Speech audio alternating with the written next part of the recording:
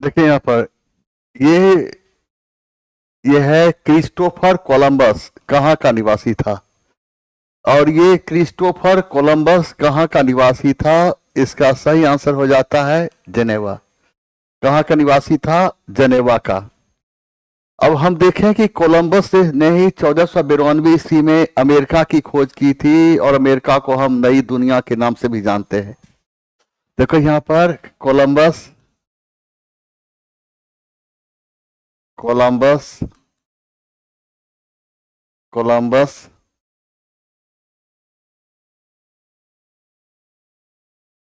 Geneva का रहने वाला था।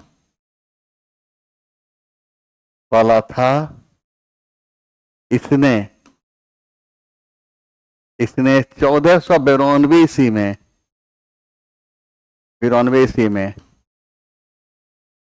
अमेरिका की खोज किया था। अमेरिका को नई दुनिया के नाम से भी जानते हैं। कोलंबस कहाँ का था?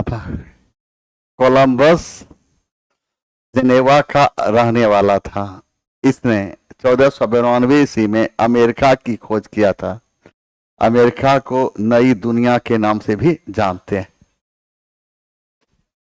यहाँ देखिए, अमेरिकी स्वतंत्रता संग्राम का परिणाम था अमेरिका का आधुनिक संविधान विश्व का प्रथम लिखित संविधान बना। सही है, विश्व में प्रथम आधुनिक शैली का प्रजातंत्र स्थापित हुआ, भी सही है। अमेरिका विश्व का प्रथम राष्ट्र बना जिसने धर्म को, चर्च को राजनीतिक मसले से अलग कर उसे व्यक्तिगत समस्या बनाया। इसका सही आंसर डी, उपर्युक्त में से एक से अधिक। यहाँ देखिए, 1830 ईस्वी की क्रांति के बाद फ्रांस में किस प्रकार का शासन स्थापित हुआ था? तो संवैधानिक राजतंत्र। और संवैधानिक राजतंत्र की स्थापना हुई थी, संवैधानिक राजतंत्र। और 1830 की फ्रांस में 1830 ईस्वी जो क्रांति हुई, इसे हम जुलाई क्रांति के नाम जानते हैं। यह क्रांति चार्ल्स दसम के शासनकाल में हुई थी। फ्रांस की धरती पर 1830 ईस्वी में फ्रांस की धरती पर 1830 ईस्वी में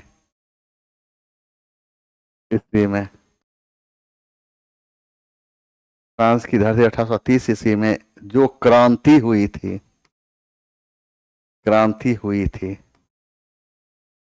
उसे हम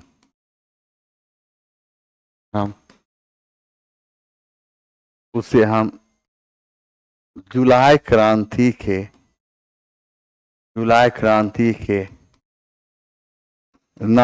से जानते हैं।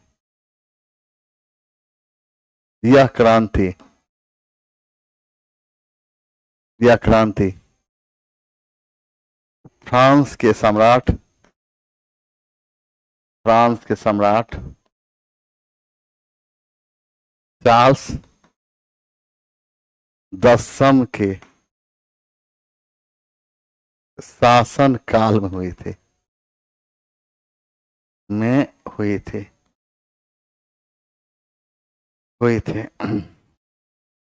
अब देखें, फ्रांस की धरती पर 1830 ईस्वी में जो क्रांति हुई थी उसे हम जुलाई क्रांति के नाम से जानते हैं। यह क्रांति फ्रांस के सम्राट चार्ल्स दसम के शासन काल में हुई थी। यूनानी स्वतंत्रता आंदोलन के दौरान कौन ब्रिटिश कवि शहीद हुए थे? और इसका सही आंसर है चार्ल्स ब्रायन। याद रखना कि यूनानी स्वतंत्रता संग्राम के समय और जिस ब्रिटिश कवि शहीद हुआ था उसका नाम था लॉर्ड ब्रायन। और यूनान को स्वतंत्रता जिस संधि के तहत मिली थी उसे हम कुस्तुनतुनिया की संधि के नाम जानते हैं, और ये संधि 1832 ईस्वी में हुई थी। देखें कि यूनान को यूनान को स्वतंत्रता जिस संधि के तहत मिली थी, जिस संधि के तहत मिली थी उसे हम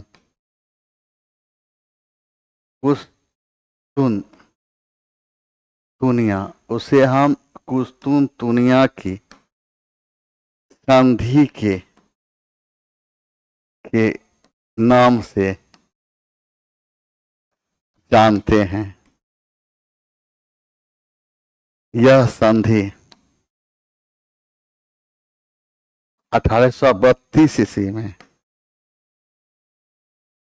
में हुई थी। 1832 ईस्वी में हुई थी। यूनानी स्वतंत्रता संग्राम के समय यूनानी स्वतंत्रता संग्राम के समय ब्रिटेन के जिस कवि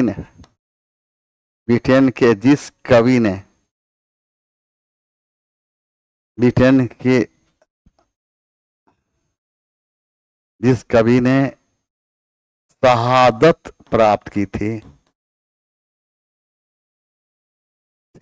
उसका नाम लॉर्ड बायरन था। यूनान को स्वतंत्रता जिस संधि के तहत मिली थी उसे हम कुस्तुनतुनिया की संधि के नाम से जानते हैं। यह संधि 1832 ईस्वी में हुई थी। यूनानी स्वतंत्रता संग्राम के समय ब्रिटेन के जिस कवि ने शहादत प्राप्त की थी उसका नाम लॉर्ड बायरन था। प्रथम विश्व युद्ध के बाद 14 सूत्रीय सिद्धांत किसने प्रस्तुत किया था? और यह सिद्धांत किसने प्रस्तुत किया था? तेजी से बताएं। प्रथम विश्व युद्ध के बाद 14 सूत्रीय सिद्धांत किसने प्रस्तुत किया था? विंस्टन चर्चिल, जॉर्ज क्लीमेंसी और लॉयड जॉर्ज। तेजी से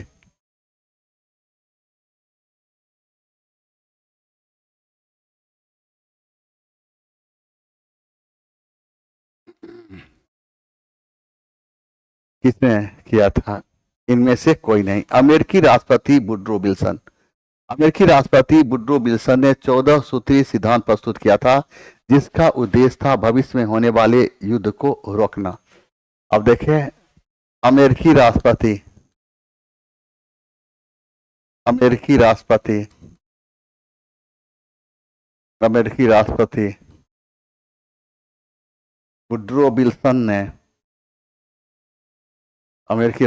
वुडरो विल्सन ने प्रथम विश्व युद्ध के बाद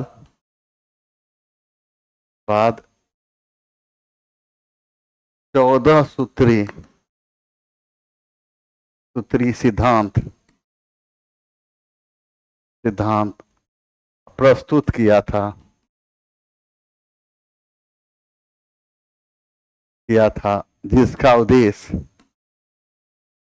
जिसका उद्देश्य भविष्य में होने वाले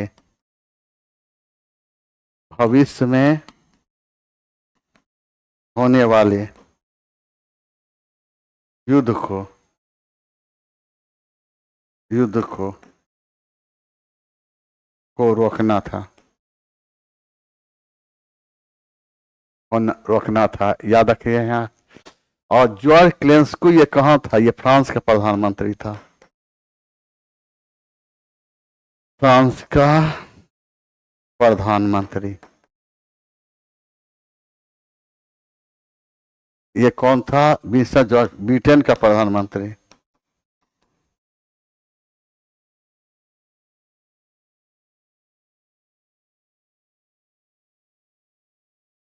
कौन था ब्रिटेन का प्रधानमंत्री? ब्रिटेन का प्रधानमंत्री मंत्री। प्रथम विश्व युद्ध प्रारंभ कब हुआ था? 28 जुलाई 1914 को। 1914 प्रारंभ हुआ था। समाप्त कब हुआ था प्रथम विश्व युद्ध? 11 नवंबर 1918 ईस्वी। 1918 ईस्वी। अब देखें यहां पर अमेरिकी राष्ट्रपति वुडरो विल्सन ने प्रथम अमेरिकी राष्ट्रपति वुडरो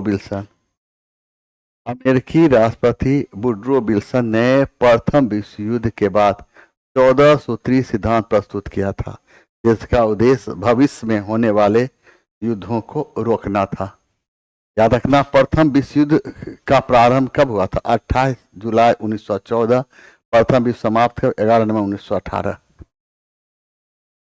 अब यहाँ पर देखें, विंस्टन चर्चिल कौन था? तो ब्रिटेन का प्रधानमंत्री। लॉयड जॉर्ज कौन था? ये ब्रिटेन का प्रधानमंत्री। और जॉर्ज क्लेमेंसकू कौन था? तो ये फ्रांस का प्रधानमंत्री था। फ्रांस का प्रधानमंत्री था। बहुत गर्मी है रे, चला पंखा चलाने दो।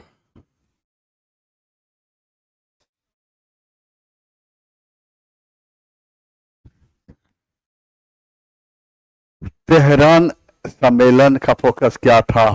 फ्रांस पर मित्र राष्ट्र का आक्रमण। मित्र राष्ट्र का आक्रमण।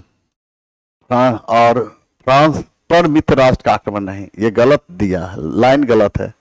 तेहरान सम्मेलन 1943 में हुआ था।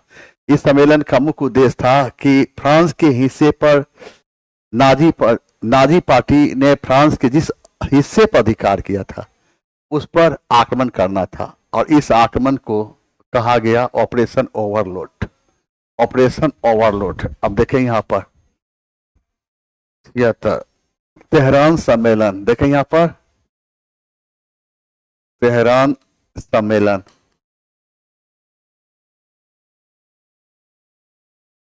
1943 ईस्वी में हुआ था। 1943 ईस्वी में हुआ था। इस सम्मेलन का उद्देश्य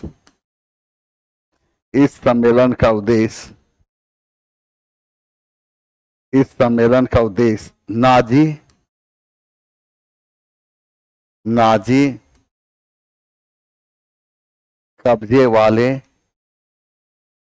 कब्जे वाले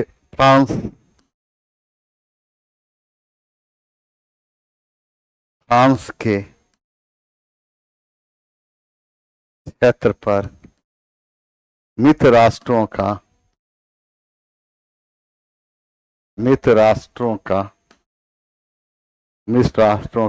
हमला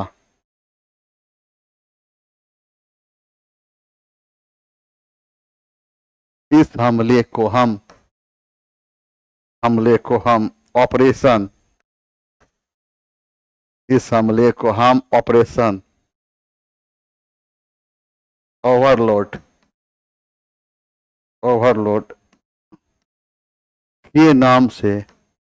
के नाम से जानते हैं।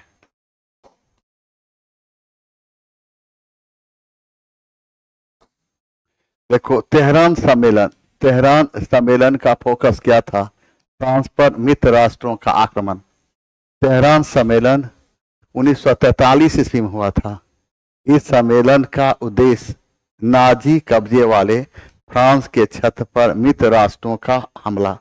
इस हमले को हम ऑपरेशन ओवरलोड के नाम से जानते हैं।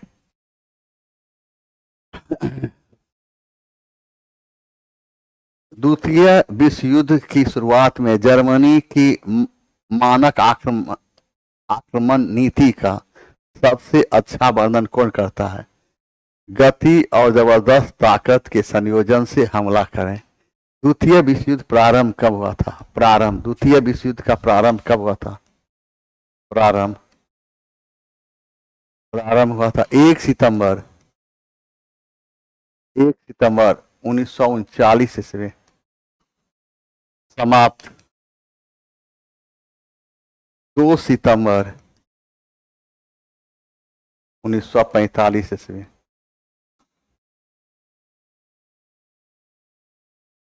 उस व्यक्ति का नाम बताइए जिसने इंग्लैंड में कपास मिल का निर्माण किया था।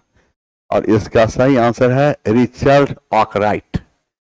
रिचर्ड, और ये थे ब्रिटिश उद्योगपति था। कौन था ये?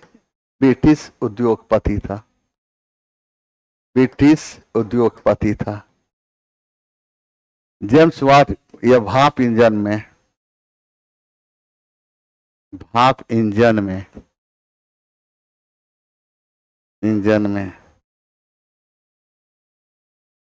सुधार किया था।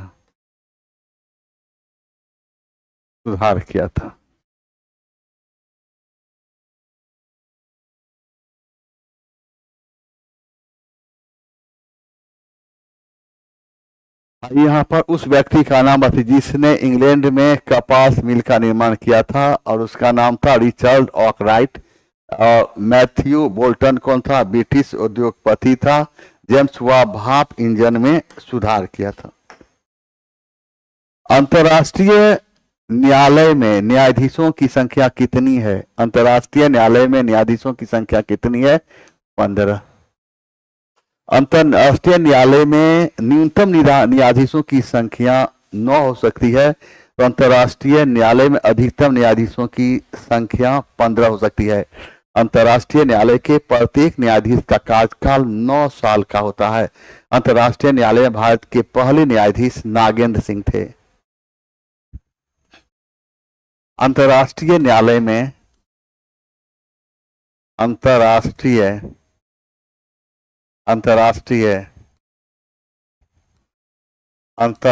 न्यायालय में अधिकतम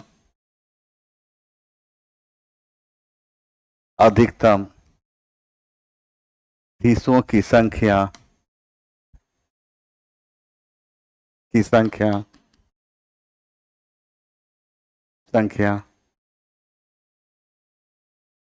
15 हो सकती है। तो वही अंतर्राष्ट्रीय न्यायालय में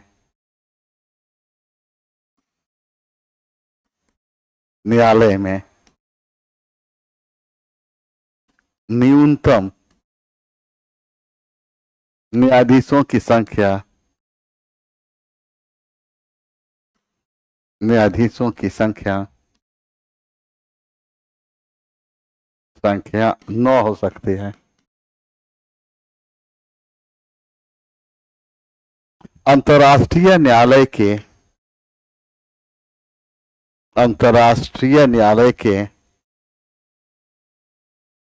है। अंतर्राष्ट्रीय न्यायालय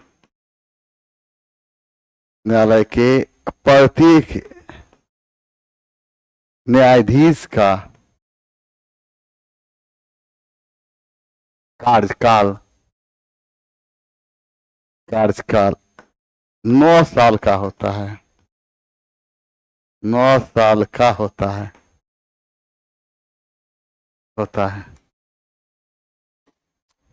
अंतर्राष्ट्रीय न्यायालय में अधिकतम न्यायाधीशों की संख्या 15 हो सकती है, तो वहीं अंतर्राष्ट्रीय न्यायालय में न्यूनतम न्यायाधीशों की संख्या 9 हो सकती है। अंतर्राष्ट्रीय न्यायालय के प्रत्येक न्यायाधीश का कार्यकाल 9 साल का होता है।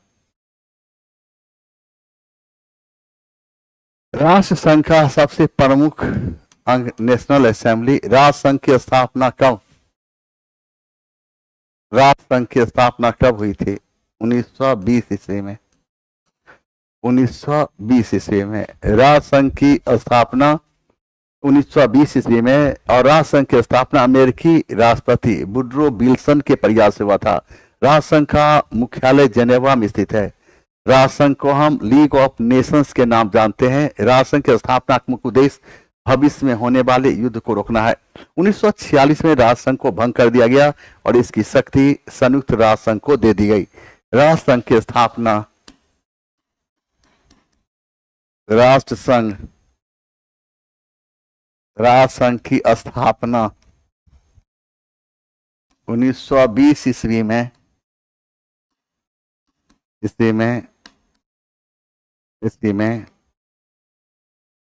जेनेवा में हुई थी।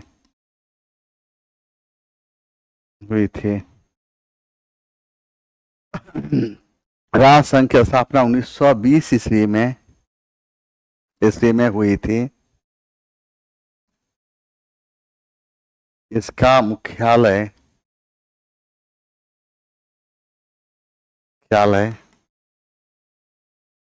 जेनेवा में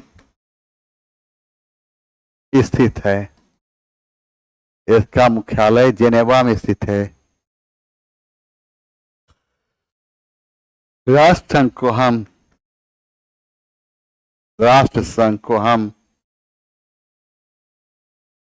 हम लीग ऑफ नेशंस के नाम से जानते हैं। उद्देश्य, राष्ट्रसंघ की स्थापना का उद्देश्य क्या था? उद्देश्य भविष्य में होने वाले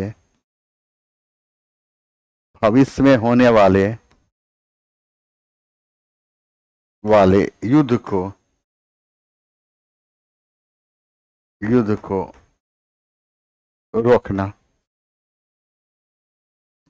को रोकना। 1946 में राष्ट्रसंघ को भंग कर दिया गया।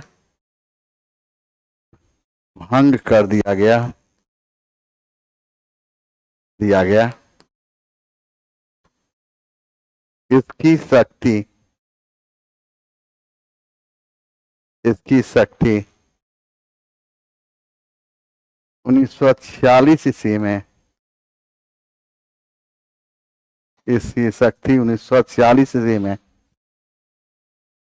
संयुक्त राष्ट्रसंघ को सौंप दी गई। संयुक्त राष्ट्रसंघ को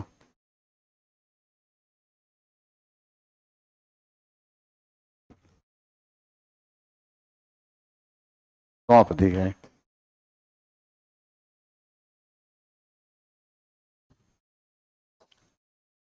राष्ट्रसंघ की स्थापना कब हुई थी? राष्ट्रसंघ की स्थापना 1920 ईस्वी में हुई थी। इसका मुख्यालय जेनेवा में स्थित है। राष्ट्रसंघ को हम लीग ऑफ नेशंस के नाम से जानते हैं। उद्देश्य भविष्य में होने वाले युद्ध को रोकना। 1946 में राष्ट्रसंघ को भंग कर दिया गया। इसकी शक्ति 1946 में संयुक्त राष्ट्रसंघ को सौंप दी गई।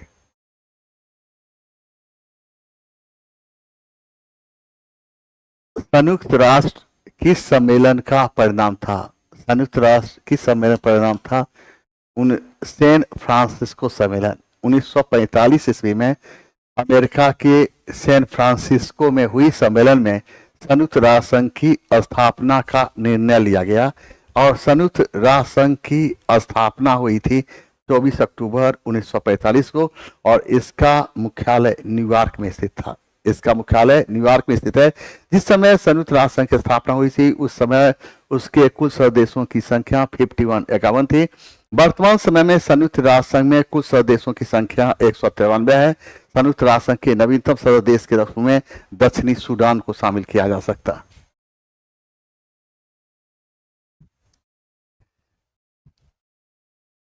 देखो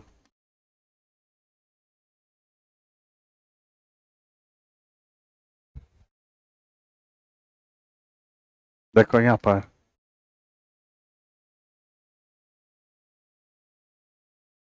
सैन फ्रांसिस्को सम्मेलन 1919 ईस्वी में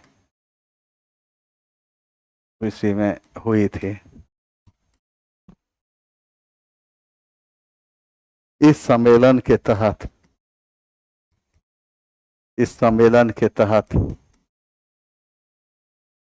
समय संयुक्त राष्ट्र संघ की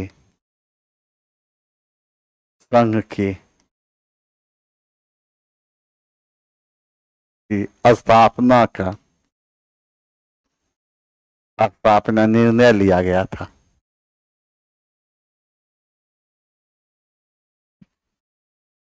संयुक्त राष्ट्र संघ की स्थापना का निर्णय लिया गया था।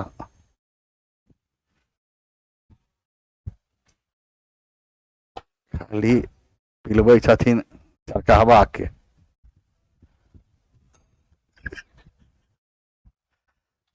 जो अच्छा ठीक है, पहले दे दें जो बचता तो दिया।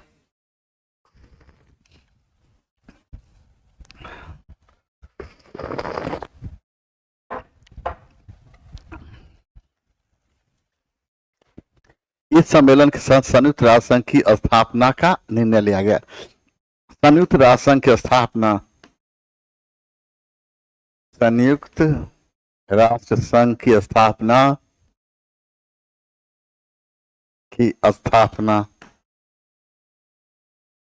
24 अक्टूबर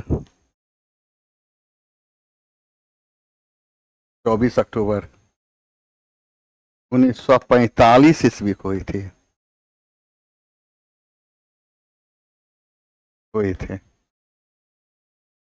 24 अक्टूबर 1945 ईस्वी को हुई थी। मुख्यालय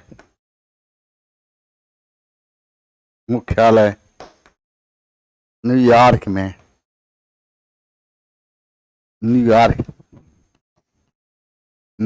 में स्थित है। मुख्यालय न्यूयॉर्क में स्थित है। जिस समय संयुक्त राष्ट्र संघ की स्थापना हुई, जिस समय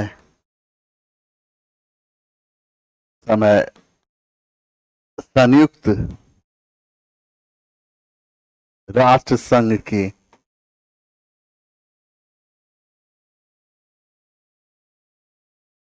स्थापना हुई, उस समय उसके कुल सदस्यों की संख्या सदस्य देशों की संख्या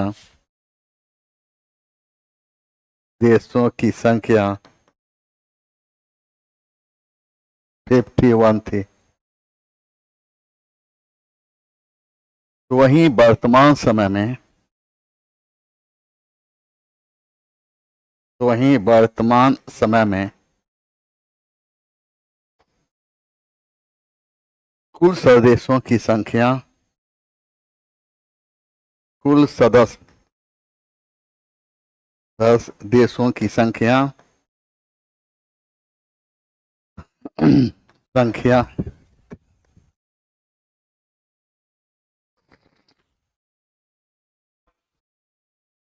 कुल सदस्य देशों की संख्या 193 थी।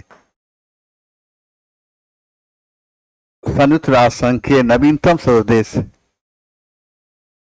संयुक्त राष्ट्र संघ के नवीनतम सदस्य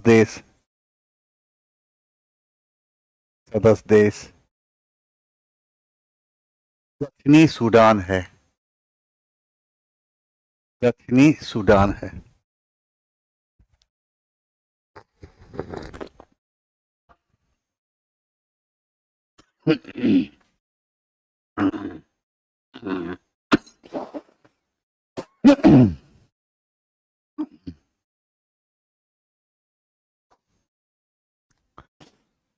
सैन फ्रांसिस्को सम्मेलन 1919 ईस्वी में हुआ था। इस सम्मेलन के तहत संयुक्त राष्ट्र संघ की स्थापना का निर्णय लिया गया था। संयुक्त राष्ट्र संघ की स्थापना 24 अक्टूबर 1945 ईस्वी को हुई थी। मुख्यालय न्यूयॉर्क में स्थित है। जिस समय संयुक्त राष्ट्र संघ की स्थापना हुई, उस समय उसके कुल सदस्य देशों की संख्या 51 थी। तो वहीं वर्तमान समय में कुल सदस्य देशों की संख्या 193 थी। संयुक्त राष्ट्र संघ के नवीनतम सदस्य देश दक्षिणी सूडान।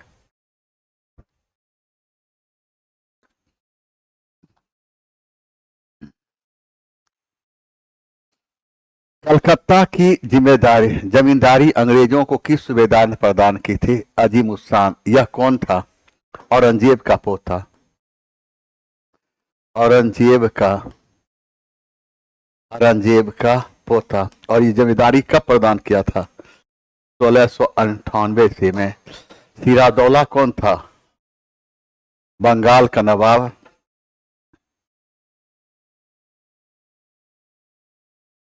बंगाल का नवाब। अलीवर्दी खां की नाम थी। बंगाल का नवाब अलीवर्दी खां की नाम थी। खां की नाम थी।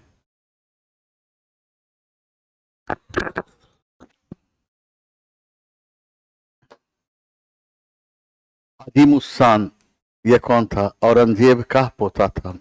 और ये कब सूबेदार? 1698। सिरादौला बंगाल का नवाब अलीवर्दी खां की नाम थे।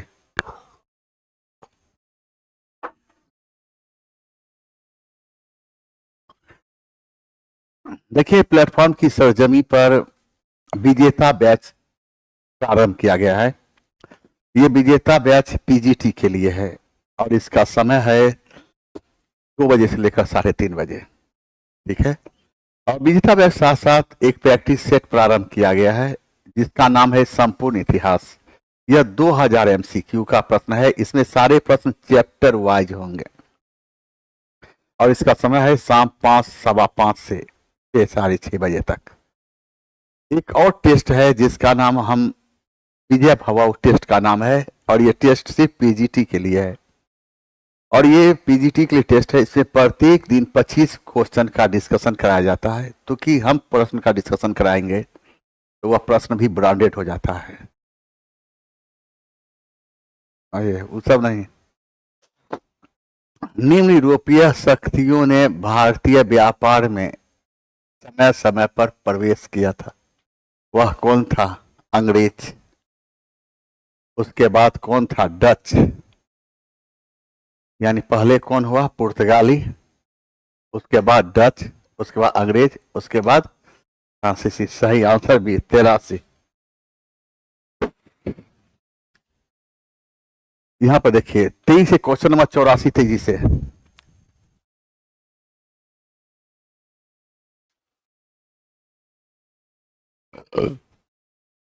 अब इसका सही, मयूर सिंहासन पर बैठने वाला अंतिम मुगल शासक कौन था? तो मोहम्मद शाह। मोहम्मद शाह को इतिहास में हम रंगीला बादशाह कहते हैं। रंगीला बादशाह कहते हैं। रंगीला बादशाह। शाह आलम मुगल बादशाह था। मुगल बादशाह। बहादुर शाह। बहादुर शाह द्वितीय। शाह द्वितीय। अंतिम मुगल बादशाह। अंतिम मुगल बादशाह।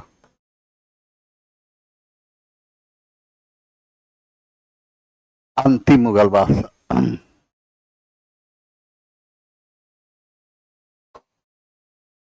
मयूर सिंहासन पर बैठने वाला अंतिम मुगल बादशाह कौन था? तो वो कौन था? मोहम्मद शाह। इसे इतिहास किस नाम से? रंगीला बादशाह के नाम से। साल प्रथम मुगल बादशाह था। बहादुर शाह द्वितीय। अंतिम मुगल बादशाह था। शिवाजी की राजस्व व्यवस्था के संबंध में अधोलिखित में से कौन सा कथन सत्य नहीं है? वह मल्लिक अंबर की भू राजस्व व्यवस्था पर आधारित थी। सही है। उपज का 40% राजस्व था। यह भी सही है। जमींदार को अपने हलकों में राजस्व वसूली की अनुमति थी। गलत। यह नहीं है। सही आंसर सी होगा। सही आंसर सी। शिवाजी की बात करते हैं। शिवाजी का जन्म शिवाजी का जन्म 20 अप्रैल 1627 ईस्वी को पूना के निकट शिवनेर के दुर्ग में हुआ था।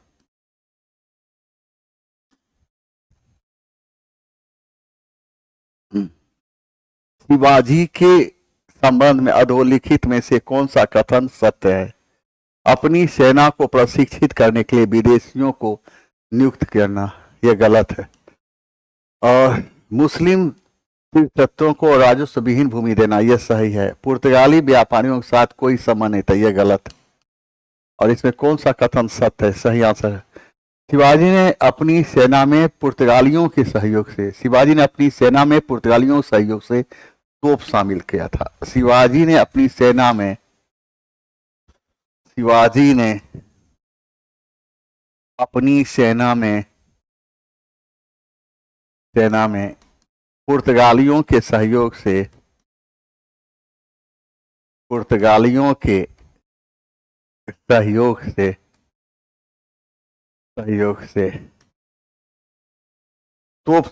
शामिल किया था। शिवाजी ने अपनी सेना में पुर्तगालियों के सहयोग से तोप शामिल किया था।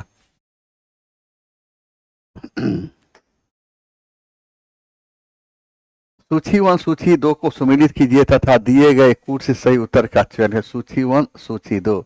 प्रथम आंग्ल मैसूर युद्ध, यह कौन था? सर, प्रथम आंग्ल मैसूर युद्ध की क्वेश्चन नंबर क्या था? Question number 87। Sir general Smith, Thomas Smith होना। सर जनरल स्मिथ नहीं, यहाँ सर थॉमस स्मिथ होना चाहिए। द्वितीय आंग्ल मैसूर युद्ध कौन होगा? द्वितीय आंग्ल मैसूर युद्ध कौन होगा बरगाही? द्वितीय आंग्ल मैसूर युद्ध सर आयरकूट। तृतीय आंग्ल मैसूर युद्ध कौन होगा? Sir meadows. चतुर्थ आंग्ल मीडोज। 87 का सही आंसर ए का 3, बी का 1, सी का 3, 4 का 2। सही आंसर 8। यहां देखिए, रेतबारी बंदोबस्त के संदर्भ में निम्नलिखित कथनों पर विचार कीजिए। उपर्युक्त में से कौन सा कथन सही है? रेतबारी बंदोबस्त के संदर्भ में निम्नलिखित कथनों पर विचार कीजिए। उपर्युक्त में से कौन सा कथन सही है? बस, किसानों द्वारा लगान सीधे सरकार को दिया जाता था। किसानों द्वारा लगान सीधे सरकार को दिया जाता था। सरकार रैयत को पट्टे देती थी। कर लगाने के पूर्व भूमि का सर्वेक्षण और मूल्य निर्धारण किया जाता था। इसका सही आंसर 1 2 3 1 2 3 सी है। सी।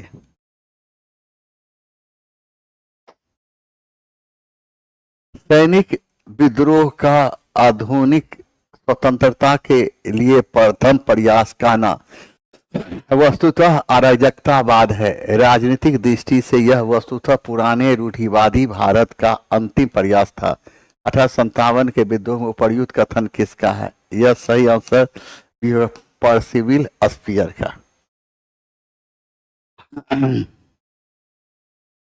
निम्नलिखित में से किस अधिनियम के अंतर्गत भारतीय विधान परिषद को बजट पर बहस करने की शक्ति प्राप्त हुई? यह है भारतीय परिषद है 1892। और 1861 के अधीन थे। वायसराय को अध्यादेश जारी करने का अधिकार मिला था। वायसराय को अध्यादेश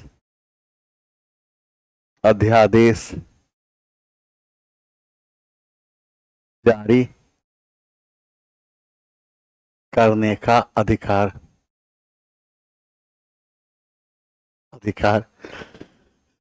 इसके तहत क्या हुआ था? हमें पहली बार फूट डालो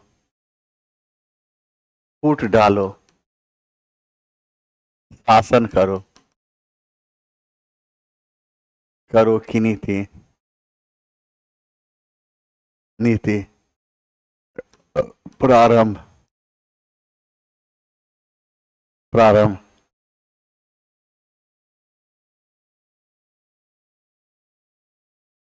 संविधान सभा ने डॉक्टर अंबेडकर की अध्यक्षता में प्रारूप समिति का गठन किया था 29 अगस्त 1947 को। याद है संविधान 29 अगस्त। संविधान सभा का सलाहकार बकलेल कहेगा, संविधान सभा का सलाहकार याद रखना है। संविधान संविधान संविधान सभा का सलाहकार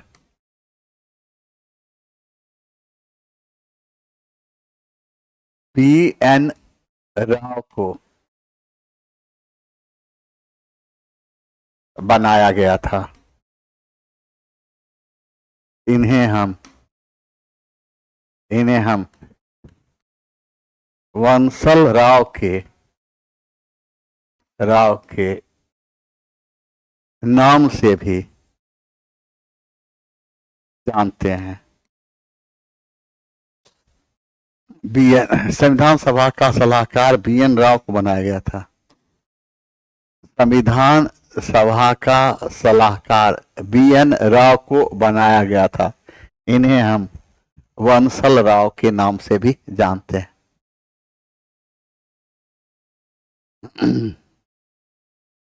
झूठे पूछे के भारतीय उच्चायुक्त के पद पर का सृजन किस अधिनियम से हुआ था? 1919। भारत सरकार 1919। 1909 के अधिनियम के तहत क्या हुआ था?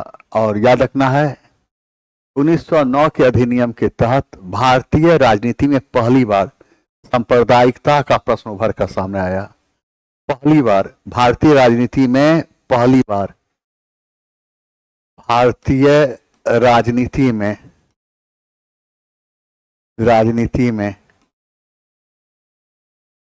पहली बार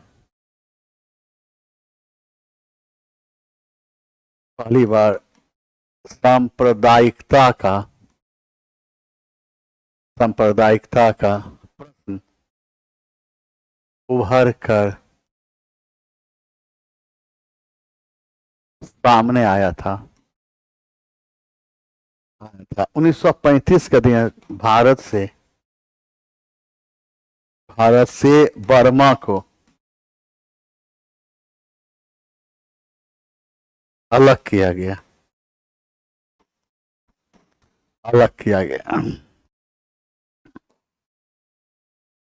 भारतीय राजनीति में पहली बार सांप्रदायिकता का प्रश्न उभर कर सामने आया था। 1935 के दिन भारत से बर्मा को अलग किया गया। सुमेलित कीजिए। अब प्रार्थना समाज की स्थापना कौन किया था? प्रार्थना समाज की स्थापना Mahadev Govind Ranade, Ramakrishna Mission Swami Vivekananda, Satyashodhak Singh, Jyotiba Phule, Mohammedan Anglo Oriental College Sir Syed Ahmad Khan. Prarthana Samaj की स्थापना कहाँ हुआ था? 1867 ईस्वी में। 1867 ईस्वी में। रामकृष्ण मिशन की स्थापना 1897 ईस्वी में। सत्यशोधक समाज की स्थापना 1873 ईस्वी में। और मोहम्मदन एंग्लो ओरिएंटल कॉलेज की स्थापना 1875 ईस्वी में। इसको मिलाइए। ए का 2, बी का 1, सी का 4, डी का 3। यहां देखिए सूची 1 को सूची 2 से सुमेलित किए। सूची 1 और सूची 2। इंडिया लीग की स्थापना शिशिर कुमार घोष। इंडिया सोसाइटी की स्थापना कौन किया था? इंडिया सोसाइटी के आनंद मोहन बोस। भारतीय राष्ट्रीय उदार संघ की स्थापना सुरेंद्रनाथ बनर्जी। यूनाइटेड स्थापना ये तो इंडिया लीग की स्थापना कब हुई थी? 1875 ईस्वी में। इंडिया सोसाइटी की स्थापना 1872 ईस्वी में। 72 ईस्वी में। भारतीय धारावाहिक संघ की स्थापना 1876 ईस्वी में। 1888 ईस्वी में। ए 1 का 1, बी का 2, सी का 4, डी का 3।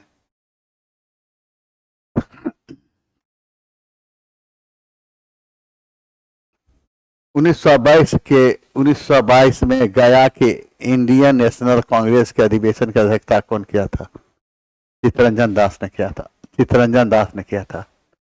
1895 पुनः अधिवेशन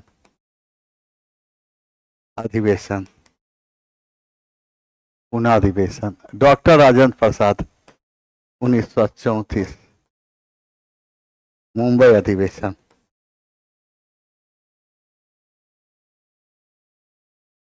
अधिवेशन की अध्यक्षता किया था।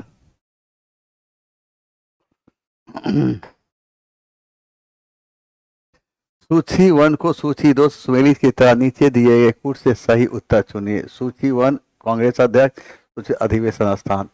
Doctor M.A. अंसारी मद्रास अधिवेशन 1927 ईस्वी। पुरुषोत्तम दास टंडन 1950 ईस्वी। सरोजिनी नायडू कानपुर 1925 ईस्वी। हरिपुरा 1938 ईस्वी। ए का 3, बी का 4, सी का 2, डी का 1।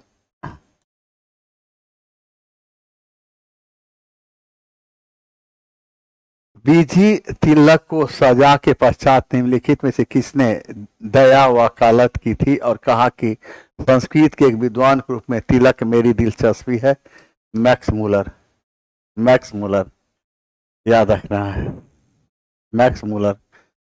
रवीन्द्रनाथ टैगोर की बात करते 1913 ईस्वी में उनकी रचना गीतांजलि क्या मिला था? नोबेल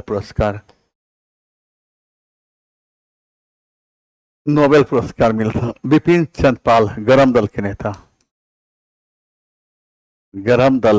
थे। गरम दल के नेता कहाँ? गरम दल के नेता याद रखना है। रवीन्द्रनाथ टैगोर को 1913 उनकी रचना गीतांजलि के लिए नोबेल पुरस्कार मिला। बिपिन चंद्र पाल गरम दल के नेता थे। अब देखिए, कांग्रेस के खिलाफत आंदोलन का समर्थन किया। मुक्त खलीफा की पुनः स्थापना के लिए, खलीफा को हटाने के लिए, मुसलमानों की सहानुभूति प्राप्त करने के लिए, कांग्रेस में जिन्ना के हाथ से पला नहीं। एक और इसमें कौन सा सही उत्तर सुनिए? 1 और 3 सही आंसर। और खिलाफत आंदोलन का समय क्या? 1919 से 1922 से। भारत में खिलाफत आंदोलन के 2 प्रमुख नेता थे, मौलाना मोहम्मद अली एवं मौलाना शौकत अली। इन्हें हम अली बंधु के नाम से भी जानते हैं।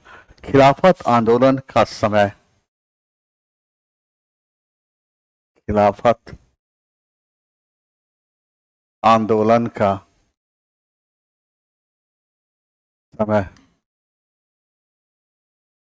1922 ईस्वी। 2 प्रमुख नेता खिलाफत आंदोलन 2 प्रमुख था। कौन के? मौलाना मोहम्मद अली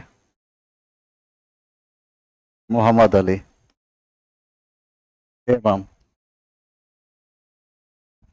मौलाना शौकत अली।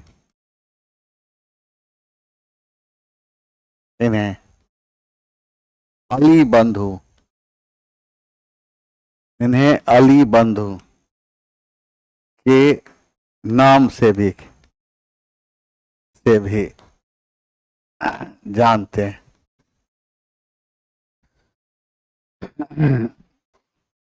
खिलाफत आंदोलन का समय क्या है? 1919-1922। प्रमुख नेता मौलाना मोहम्मद अली एवं मौलाना शौकत अली। इन्हें क्या? अली बंधु के नाम जानते।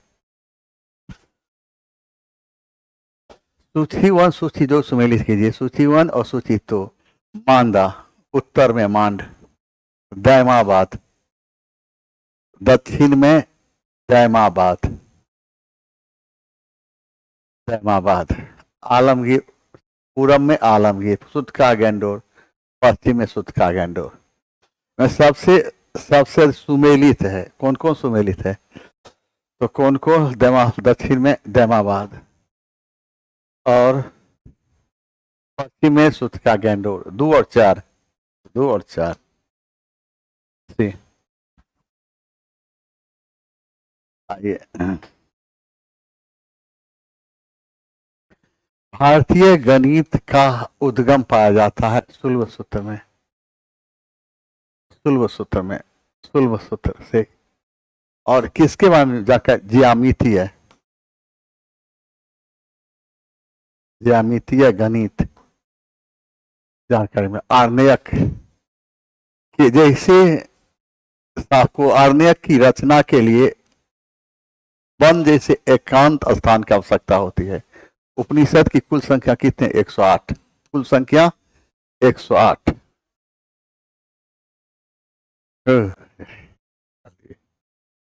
सूची 1 को सूची 2 से सुमेलित कीजिए तथा सही उत्तर चयन करें। सूची 1, सूची 2। भद्रबाहु क्या है ये?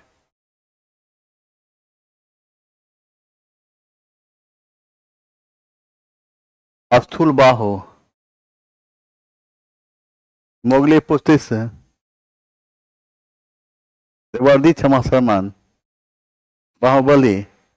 चलाइए, 1 का डी, बी का सी, 3 का ए, 4 का बी, 5 का ई,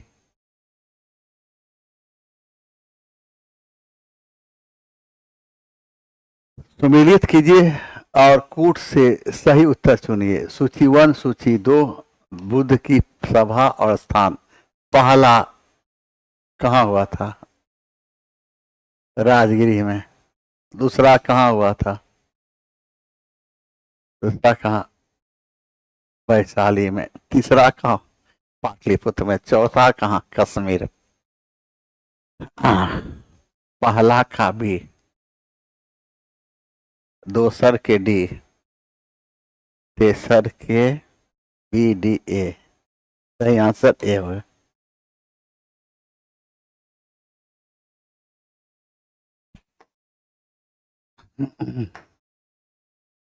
बिंदुसार के दरबार में कौन सा राजदूत था?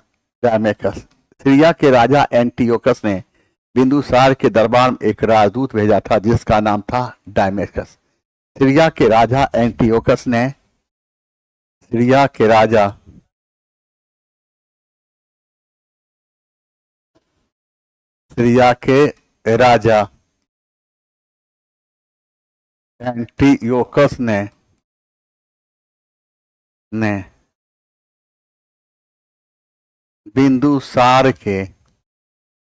दरबार में एक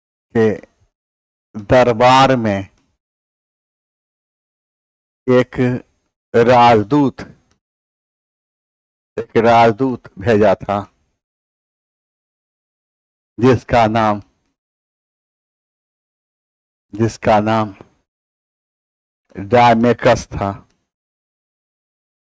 जिसका नाम डायमेकस। सीरिया के राजा एंटियोकस ने बिंदुसार के दरबार में एक राजदूत भेजा था जिसका नाम डायमेकस था। मेगास्थनीज की रचना क्या है? इंडिका। इंडिका। भारतीय समाज को कितने भागों में बांटा था मेगास्थनीज? 7 भागों में। मैकियावेली कहाँ का रहने वाला था? इटली का। और इसने कौन सी पुस्तक रचना की थी? The Prince.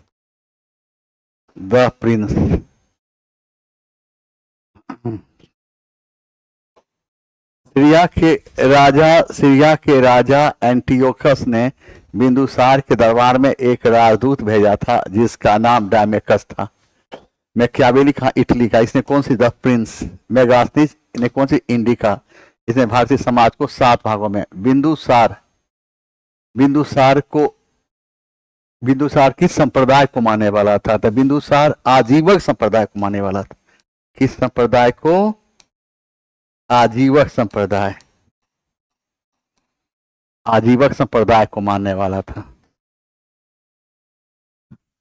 किसी को भी अपनी जाति से बाहर विवाह करने या एक व्यवसाय या व्यापार से दूसरे में परिवर्तन करने अथवा एक से अधिक कारोबार करने की अनुमति नहीं थी। यह टिप्पणी किसने किया? अलबरूनी ने किया। अलबरूनी का वास्तविक नाम क्या था? अबुल रेहान मोहम्मद। अबुल रेहान मोहम्मद। अबुल रेहान मोहम्मद। मेगास्थनीज, मेगास्थनीज कहाँ का था? यूनान का। यूनान। पाटलिपुत्र को क्या कहा था? पाटलिपुत्र को पोली बोथरा कहा। पोली बोथरा। ह्वेनसांग की रचना क्या था? ह्वेनसांग ने कौन सा? ह्वेनसांग ने सी युकी, युकी जैसी ह्वेनसांग। और ह्वेनसांग कहाँ का था? चीन का रहने वाला था। किसके दरबार में आया था ह्वेनसांग? हर्ष के दरबार में।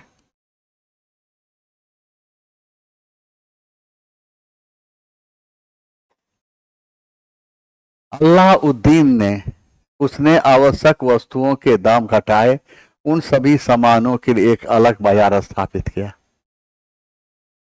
और सभी मध्यस्थों को हटाकर राज्य की भू राजस्व मांग को घटाया। विभिन्न प्रकार की भूमि उपहार, इनाम, वक्फ आदि को समाप्त किया। राज्य के युद्ध के लूट के माल के 80% घटाकर 20% किया। किसी भी महानुभाव सज्जन व्यक्तियों ने अपनी पूर्वानुमति के बिना वैवाहिक जुर्मों को मना किया। और इसका सही आंसर 105, 1, 3 और 4। 1, 3 और 4 इसका सही आंसर सी होगा।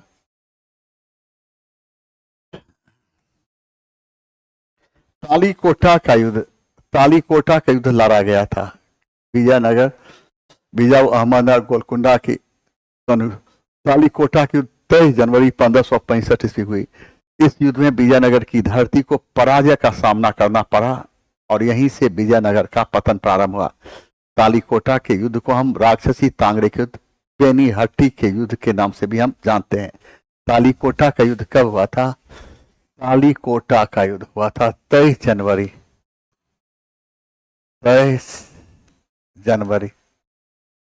1565 ईस्वी।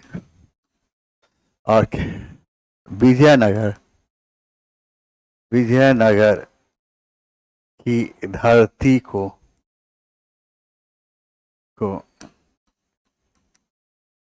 पराजय का सामना करना पड़ा। यहीं से विजयनगर का पतन प्रारंभ हुआ था। तालीकोटा के युद्ध को क्या कहते हैं? राक्षसी, राक्षसी तांगड़ी का युद्ध, युद्ध बेनीहट्टी के युद्ध, बेनीहट्टी के युद्ध के नाम से जानते हैं, नाम से जानते हैं।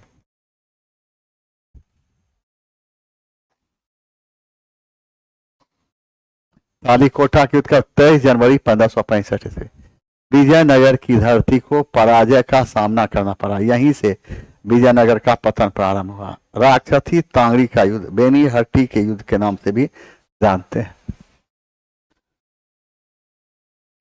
लाल बलुआ पत्थर का कौन सा प्रसिद्ध किला मुगल शासकों के शाही शहर को घेरता है, जिसमें जहांगीर महल, खास महल, दीवाने खास और 2 खूबसूरत मस्जिद शामिल है?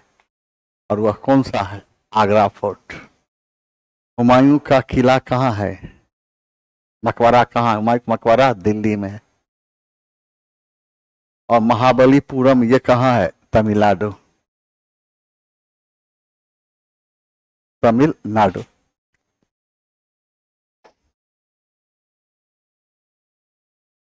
कौटिल्य की पुस्तक अर्थशास्त्र किस विषय पर आधारित है?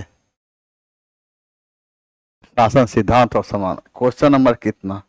30 बताएं। क्या आर्थिक संबंध किस पर संबंधित है?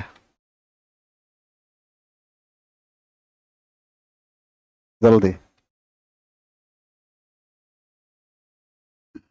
कौटिल्य की रचना अर्थशास्त्र। चाणक्य, चाणक्य को हम कौटिल्य एवं विष्णुगुप्त के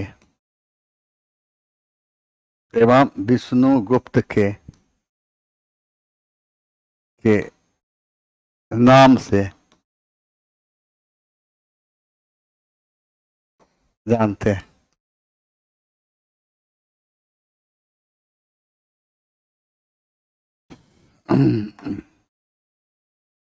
बिहार में डच, हॉलैंड, नीदरलैंड फैक्ट्री की स्थापना 1632 ईस्वी में।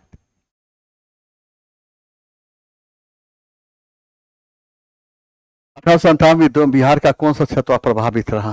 केवल 5। यहां तक के सफर में क्या दिक्कत है, जल्दी बताएं।